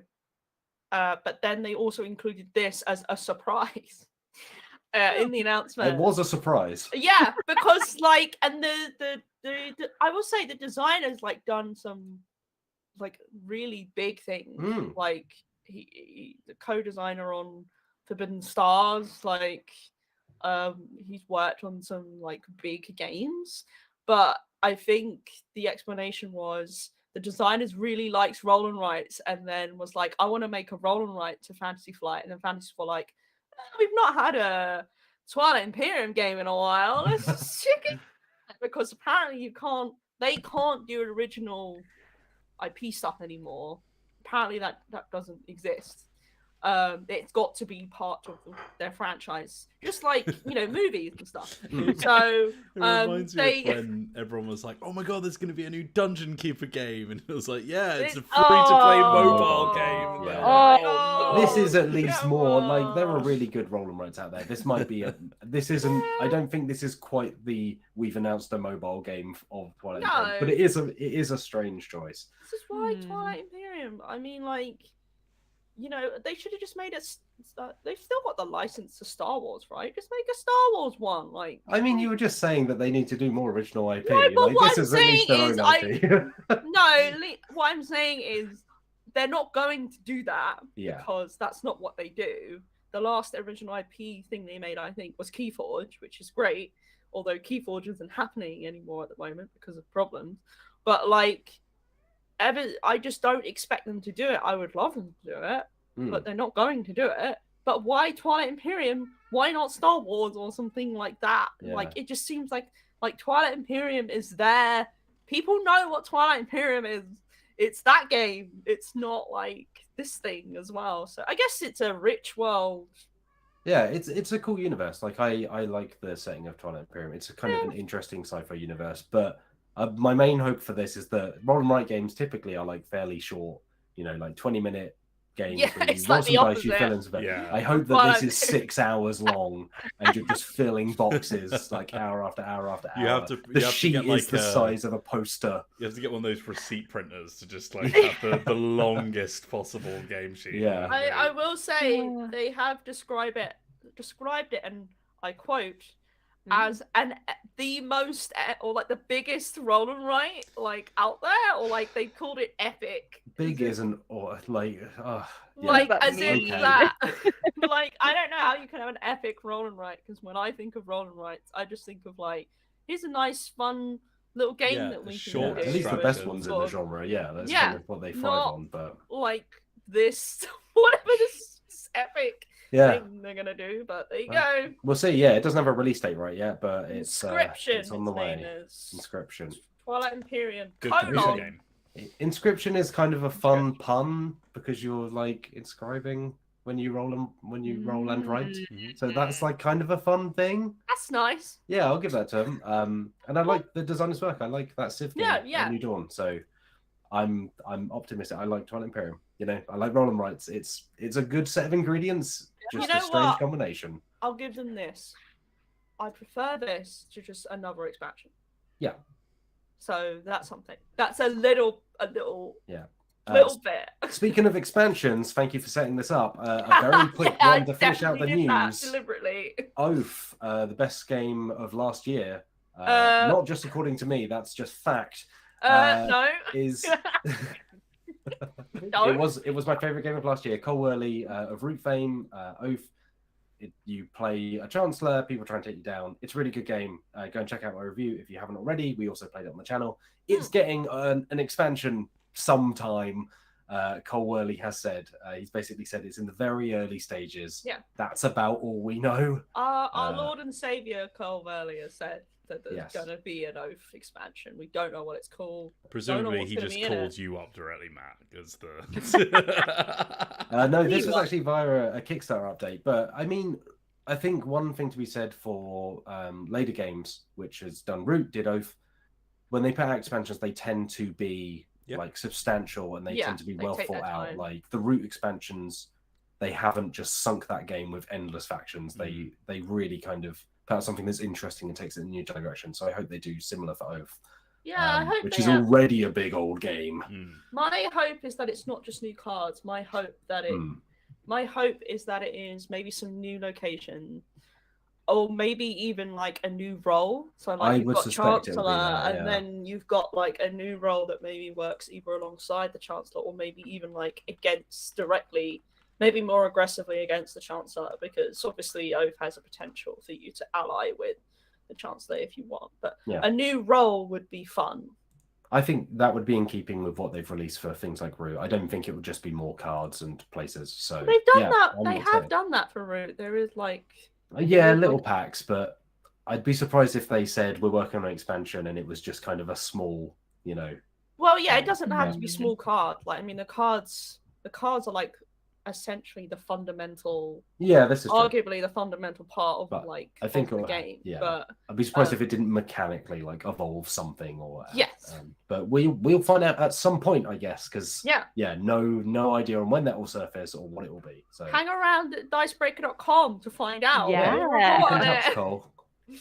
Cool. Call me, mate. Right, let's call me. We don't have any questions because unfortunately we had to shut the chat down. Thanks. Terrible spam bots. Horrible people. If you do have a question, email us at podcast@dicebreaker.com. We would love to hear from you. I didn't pull any because normally we get some from the chat, but unfortunately, that's the way it goes. We'll on to them next time. This week's segment, which we'll use to close out this week's podcast, they recently announced an Exploding Kittens Netflix series. So obviously based on the party game, which is basically Russian roulette of cats. You draw cards from a deck you don't want to explode. If you draw an exploding cat, sometimes you can get other cards that then you pass it on and so on. That's the whole game basically, and they're turning that into a TV series. Somehow that's going to be a 7-season epic. I just need to lay out something just as like a groundwork for the discussion of this. Okay. I don't know if people have seen recently, but Netflix is having a bit of a moment. Let's call it a bit of an issue. Yeah. Therefore, they're desperate enough to take our suggestions. Well, they are losing subscribers for basically the first time since they've existed. Like I think it's been over 10 years basically that Netflix has existed. And we've basically reached the peak of this particular anthill, and now we're dropping. But of course, because capitalism being what it is, like immediately as something starts dropping, that means like things are going in the toilet, and that's the end of everything. Because everything always has to grow. It must be eternal growth. Yeah. It's not, for example, it's definitely a sustainable model. It's definitely a sustainable model, and also it's not, for example, the fact that we have a lot more streaming services now that therefore a lot more everything is a subscription.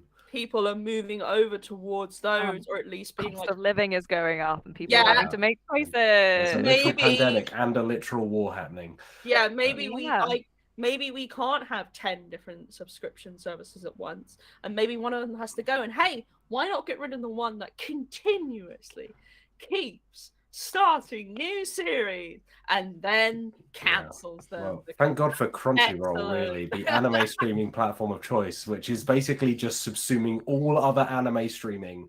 Like I say, just turn everything into anime, put it all on one platform. Done. Yeah. Turn Exploding Kittens into I'd anime. ever watch TV again if that happened. Imagine if it. Okay, let's get into this. No. Imagine if Exploding Kittens was an anime. I think that would at least fit with the very. It like, is going to be animated, over-the-top right? theme of it. It's Yeah. an animated show. Yeah. But But I Matt think, is Okay, that at saying least makes more sense. Like the genre saying hallmarks of anime.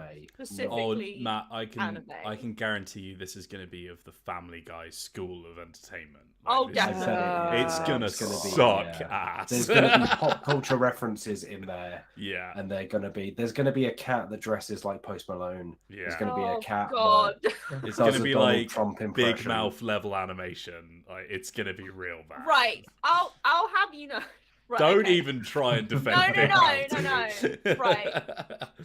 Like adult animation, thanks to The Simpsons. Adult animation, like there's some really, really good adult Mhm. animation series now. Big Mouth is one of them. It's not, It but doesn't that's look fine. great, but it's funny and it's heartfelt. But there's that also means that there has been such an influx of adult animated shows, and quite a lot of them are very bad. Yeah. Mm. And I suspect this is going straight into This that isn't going realm. to be a Castlevania. No, Exploding Kittens. it's not. No. And it could be.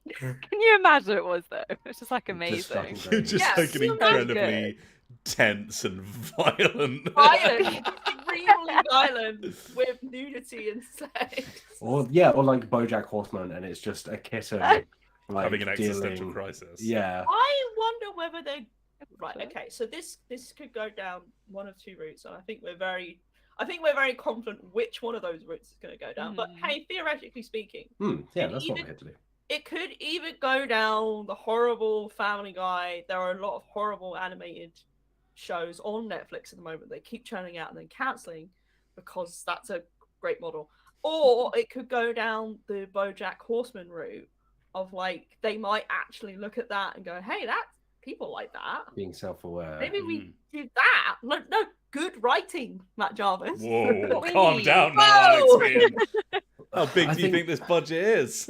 I You know, because it can happen. Because I always think this with the Paddington movies, and it sounds like such a tangent, but they did not need to go that hard. No, they like, you get what I didn't. mean? Like they could have This is phoned true. it They in, didn't need to slap that family comedy, but like if you give it to the right writer, they could do something with it. Yeah, because if they they're a make good the writer. Paddington of Exploding Kittens, Yeah. I will play Well. Exploding Kittens for 24 hours straight. I think I honestly mean, though, like, the that'd problem be it.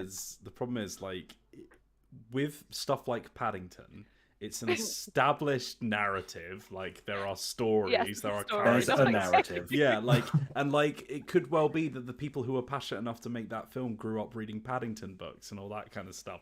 I don't think anyone has that level of reverence for a card game that's existed for a few years that's based on a crappy webcomics. You just never know. You know, is what I'm saying. You The just thing never that know. is like very concerning with this, other than the fact that it exists, is like Yeah, it's one of the many things. the person who made it, the Oatmeal comic. I'm trying to remember the creator's name, Matthew but Inman. that's the one. They are co-creating this. Like they are all at the ground floor, which great for them. Like they're able to have Great for their control royalties, yeah. over their license, yada yada. But like, I don't like the humor of Exploding Kittens. It's just very. I would describe it as low random, Mm-hmm. Yeah. and like because the creator of it is directly at the helm of this, I suspect that it might go along those lines because they Yeah. probably think, "Oh, this is great. People love this," and I reckon lots of people love Exploding Kittens for Yeah. that reason. I reckon people who watched YouTube 10 years ago are gonna love this show. Oh, I was about to big say, fan. like, It's going to be a big YouTube poo. I'm not an oatmeal fan. Like, I don't really have any disdain against it. I just don't really think about it ever. But there is something kind of tempting about something that just recreates the humor levels of Flash cartoons from circa 2002 to 2004. Like, I think that's maybe just a you thing, Matt. Yeah, I give, feel like give me that. Given Give the me content just- you regularly watch, like the Shrek retold level of content. Yeah. give me the Ultimate Showdown of Ultimate Destiny or the Oh God, what's the one? Wonder who Where it it's will like- be. The world is getting blown up or something like that. Give me that of Exploding Kittens. Emplemon. Just Is make that it what it's look called? like a Something like Flash cartoon. Like Lemon, So you lemon want it- so- demon. Lemon demon. Here's Lemon what Demon, you're proposing, Matt Jarvis. You're proposing you want it to look awful, yep, you want it to not be funny, yep. and you want it to be really annoying. Yeah, so I think I'm going to be satisfied. Fix it. Really, Mm. like there's a good chance. You are going to be one satisfied customer here, whereas I think the rest of us are just be like, oh no. Yeah, I mean, So- Mm. That was the introduction. The segment. A lot of opinions going around. The segment is if you could turn any board game, or if you could stop any board game from being turned into a TV show, which would it be and how would it look? Because I think there's an equal amount of conversation to be had about this would be a really fun show, and this would be the worst thing to ever be created. I mean, I could do both quite easily. Go ahead. Go Go for it. ahead. Let's think. I mean, like we were talking about deception, murder in Hong Kong earlier. I Mm. mean, that could be a great show. Yeah. Like you Mystery. hire some like writers and creators from Hong Kong, Mhm.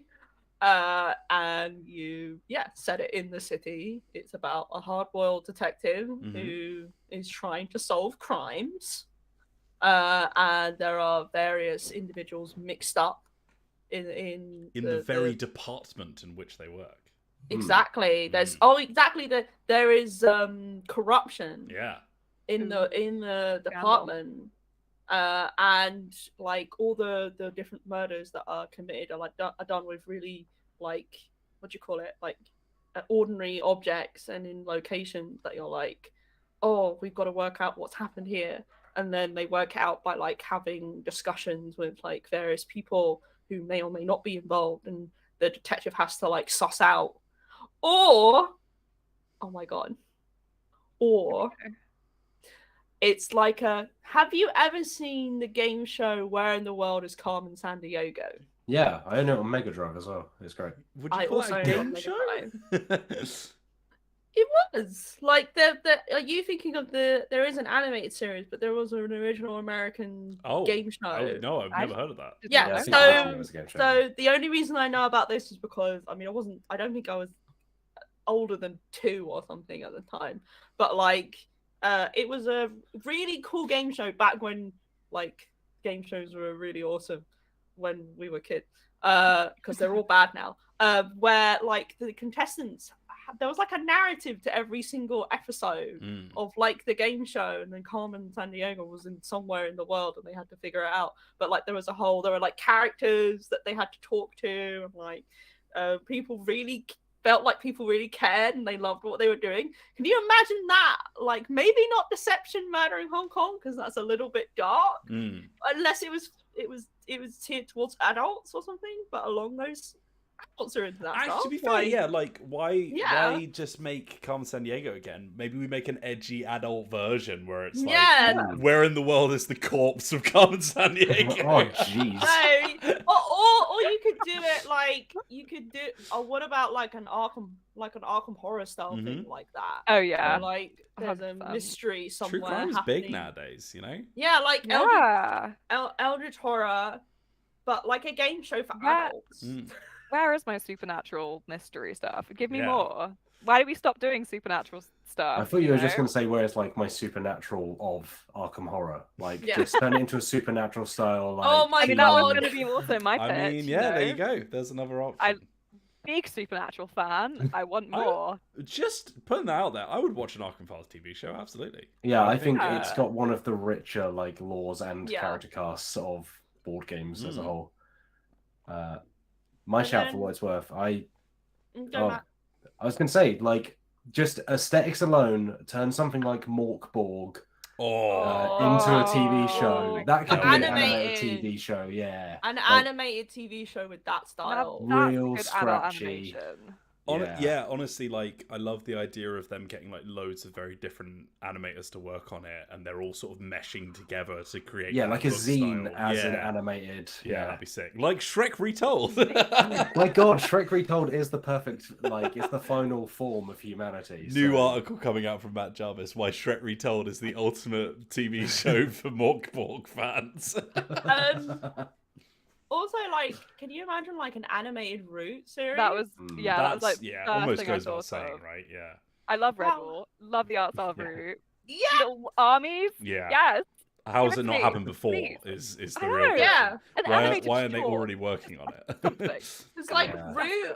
Root, it looks really cute, but I've always loved the fact that it looks really cute, but it's got this underlying sense of like real, just like real fear, and like just like violence. No one is like, happy. and I would power and love that in like an animated show. That would be awesome. Like you have like wash it down, baby. yes, but please not that traumatic. I've never. Oh, it will be that traumatic. Absolutely. No. I mean, like the Redwall books are like so dark. Like I listen to audiobooks when I go to sleep, and I had to stop listening to Redwall because I was like, I can't sleep. Redwall's really messed out. Yeah, there is an animated series of Redwall. It's good. Like, I remember liking it as a kid. Okay, let's make that for Root, please. Yeah, thank you. Get her done. I'm on board. What about anything? What about else? terrible? I think honestly, I can't think of something worse for society as a whole than a Cards Against Humanity TV show. Oh, wow. I think that would single-handedly just like destroy the world. Invite every comet in our orbit to just crash into the planet. That might be the push I need to like move into a cabin away from society. Maybe that wouldn't be such a bad thing. They'd probably get like PewDiePie to host it. Oh God! They'd have like Alex Jones on as a as contestant, Jacob Rees-Mogg, and Piers Morgan. Real like. No, but then if they're all in the same place, we know. Yeah. We lock the doors. It's all a massive ruse. Lock all the doors. We've got you. We trapped you. Now you can never hurt us again. Maddie. You are the saboteur. One of us is the saboteur in there. Yeah. Oh my God. Yeah, one of us is in there, and one of us is the saboteur, and then we get a little thing. So Maddie and I are talking about a CBBC game show back in the day called Trap. Good. Yeah. When the game shows were good, called Trap, and it was this thing where like all the kids had to do a task, but then one of them was the saboteur, and there was a woman who would like speak to them in their little earpiece, and she'd be like, "You were the saboteur," her little lip. And like they had to try and stop them from like doing the task, and then they had to not be caught. It's like a bit like social deduction. I was going to say social deduction games would be like it's not a format you see as much in game shows, but I think there's really something really in basically good. like people love shows where there's a traitor. Like that's so what's that submarine show? As you all know, I watch a lot of AEW, All Elite Wrestling.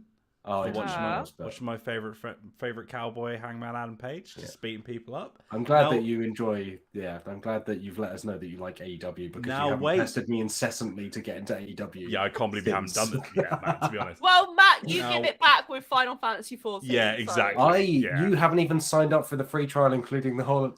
How much AEW have you watched, Matthew? Anyway, actually. Now let me finish because there is an advert that has been playing because it's like a show on TBS, which is where Dynamite is, the AEW show, and like the like announcers have to like talk about it as like the little lower third comes out. It's called Rat in the Kitchen, right?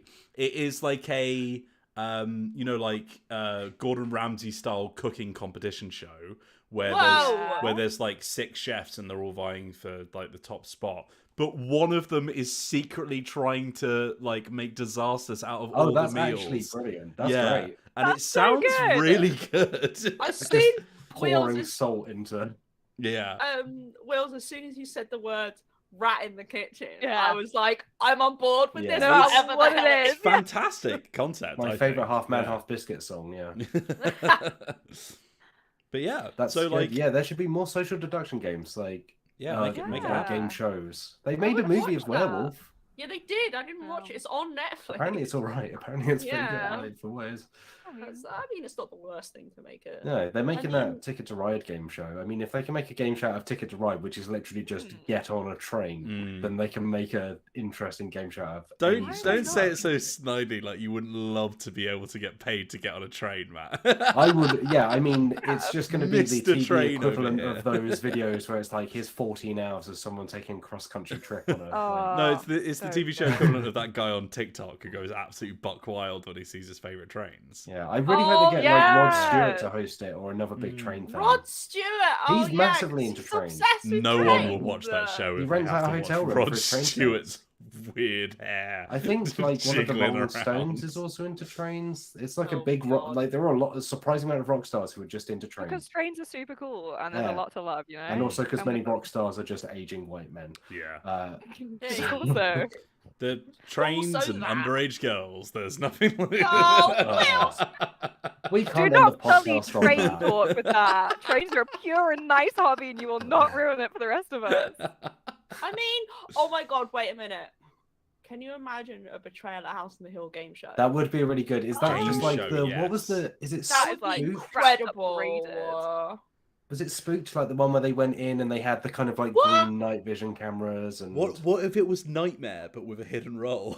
Oh my god, yeah, that's what I'm imagining because Nightmare is amazing. I'm Yeah. obsessed with Nightmare. But like, Betrayal on the House on the Hill game show would be every episode a group comes in like that. It's like Crystal Maze. They're all wearing Crystal their Maze, jumpers yeah. and everything, and they're like, Right. "I'm Gareth from Hartlepool" or something.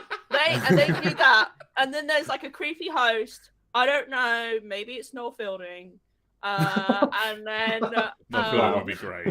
It would be so good. he'd be amazing. He'd fit right in. And like they've got a whole set, and they like Yeah. go into different rooms, and then like they have to There's a like challenge. imagine Crystal Maze, but mixed with like there's a traitor element, and then like at some point, like trapped, one of them gets told you are the traitor, and this So is what good, you that's because you good. could, have to do.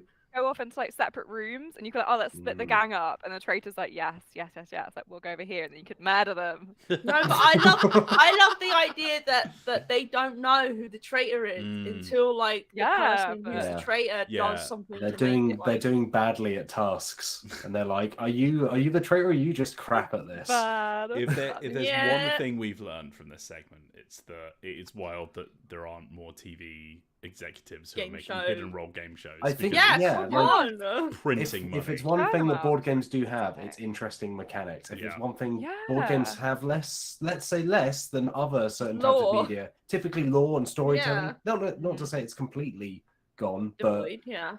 there are certain games, for instance, Exploding Kittens, that don't really Have either. delve in that stuff. Hey! Oh, yeah. What? Bazinga! Zinger! All right. Well, there we go.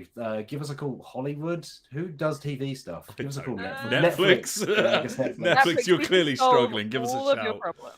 Yeah. Netflix, you don't want to call me right now. Look, Get you've you seen an our apple. you've seen our Taskmaster episode. You know we can do TV. Yeah. Look, Yeah. Oh my god, yeah. Make us the hosts of the Betrayal game show, for God's sake, and also get Noel Fielding. I'm just imagining that, you know, that video of the nanny, you know, that UK nanny show where it's like the kids are a nightmare and the like super Yeah, nanny yeah. comes Great, in. yeah. Yeah. And it's Nanny, that yeah. video of her in a car. It's like, you guys are in a crisis. I'm on my way. Yeah.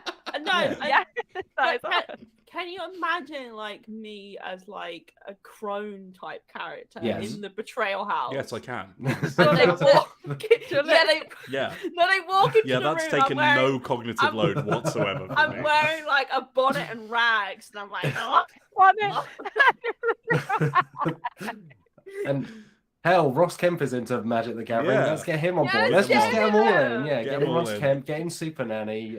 Meehan's a crone in Oh, the I'd love corner. Super Nanny and something. The cat all from I Dick want- and Dom can come through the wall and sing a oh song. my Yeah. god, yes, the cat from Dick and Dom is definitely in it. Okay, Right, Matt, we'll in this leave that podcast, for I've got us. so Let's much bring the cat hair podcast to on a my close. nose. Thank you for sticking with us. If you've been in the live, not the live chat, but if you've been watching us live, as we are live every Friday at 2 p.m. BST, thank you for joining us today. We know it's been a bit more of a bumpy road than usual for various reasons, but we appreciate you sticking with us. If you're in the UK, enjoy your long weekend. If you're outside the UK, we hope you have a lovely weekend. Anyway, We will be back, of course, over the weekend with the Dead by Daylight board game and some other stuff as well. Of course, over on youtube.com/Dicebreaker. My review of Betrayal at House It in the is. North Yes. Edition. Yeah, speaking of Tomorrow. Betrayal. And you can also, of course, find us on Dicebreaker.com, our forever home. But until we meet again, thank you to Maddie, Wheels, Meehan. I don't imagine all this. Thank you for listening or watching wherever you are. Stay safe out there and have a lovely day. Bye. Goodbye. Bye.